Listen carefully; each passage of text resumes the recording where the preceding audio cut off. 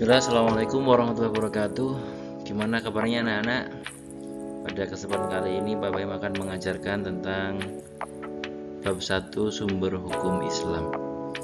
Sumber hukum Islam dalam agama Islam itu ada 3. Yang pertama Al-Quran, As-Sunnah, dan Ijtihad.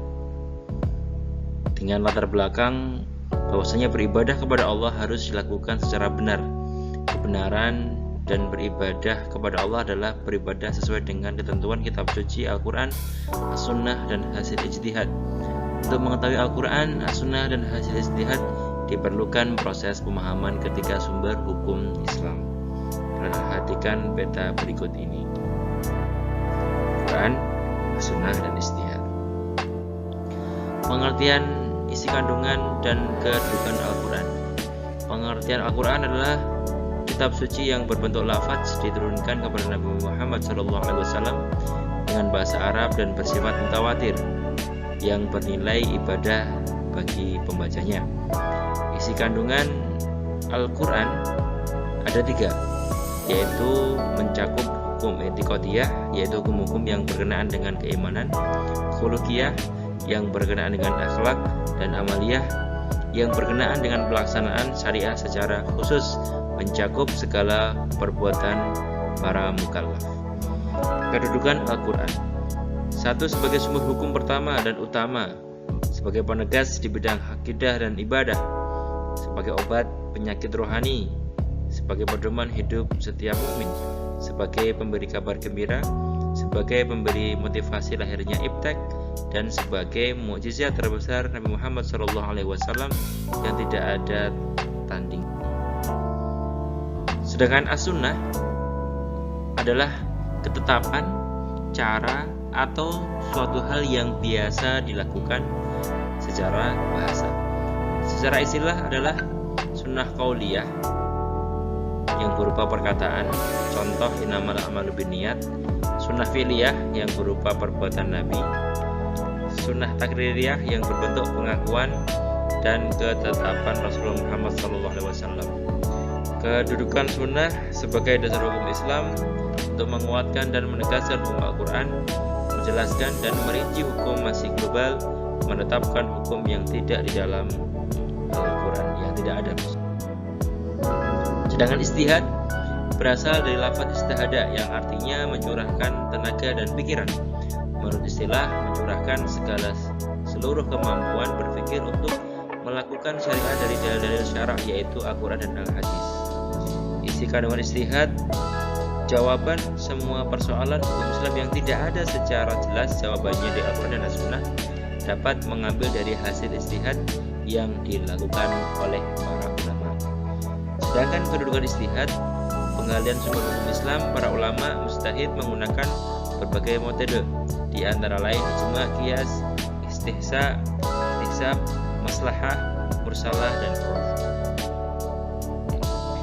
Meyakini sumber hukum Islam dalam Al-Quran. Kebenaran hukum Islam yang bersumber dari Al-Quran bersifat mutlak, artinya tidak ada keraguan sedikit pun sebagai petunjuk bagi orang-orang yang beriman.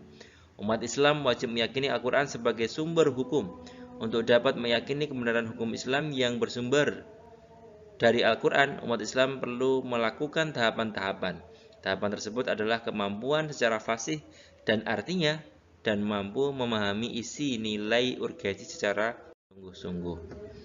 Meyakini kebenaran hukum Islam dalam As-Sunnah. Kebenaran As-Sunnah sama dengan kebenaran Al-Quran. Kedudukan As-Sunnah terhadap Al-Quran adalah menguatkan apa yang ditetapkan di dalam Al-Quran, menjelaskan isi Al-Quran yang bersifat global, menetapkan semua jenis hukum perbuatan mukallaf yang tidak ada di dalam Al-Quran. Dengan demikian, umat Islam wajib meyakini hukum Islam yang tertuang dalam As-Sunnah sebagaimana firman Allah Azza wa Jalla, "Wa ma atakumur rasulu fakhudhuh wa ma nahakum anhu fantahu." Meyakini kebenaran hukum Islam dari hasil ijtihad. Hasil-hasil ijtihad yang dilakukan oleh para ulama mujtahid memiliki kebenaran yang sah sebagai bagian dari hukum Islam. Sah hukumnya bagi umat Islam yang meyakini dan mengikuti hasil ijtihad ulama sebagai wujud nyata dari ketaatan kepada ulil amri. Allah berfirman, "A'udzubillahi minasyaitonirrajim. Bismillahirrahmanirrahim. Ya ayyuhalladzina amanu atiiullaha wa atiiur rasula wa ulil amri minkum. Wahai orang-orang yang beriman, taatilah Rasul Muhammad dan ulil amri, pemegang kekuasaan di antara. Berpegang teguh pada Al-Quran sebagai pedoman hidup.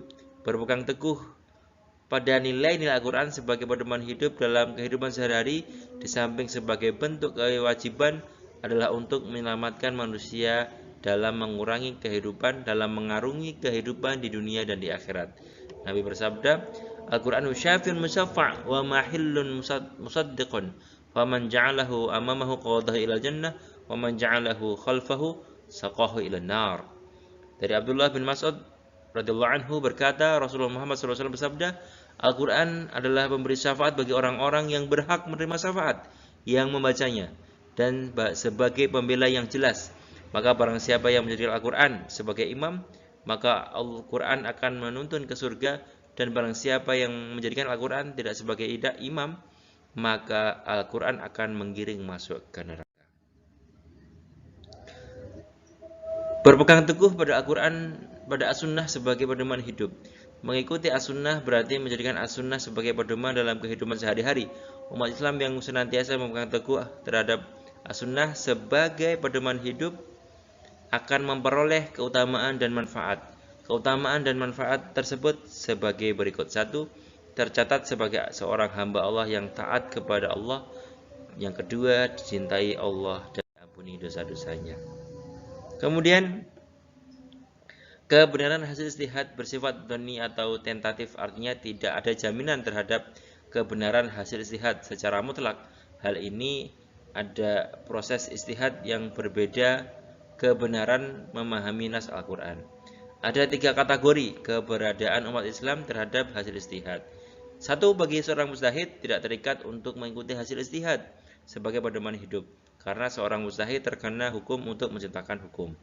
Bagi umat Islam yang pandai, ada tuntutan menjadi muttabi, bukan mujtahid, dan orang awam mengikuti hasil ijtihad secara kritis. Artinya dalam mengikuti hasil ijtihad tidak asal-asalan, tetapi mengetahui dalil-dalilnya. Bagi orang awam, bukan kelompok mujtahid dan muttabi, hukumnya wajib mengikuti hasil ijtihad sebagai pedoman hidup selain Al-Quran dan As-Sunnah, karena kelompok ini tidak memiliki kemampuan yang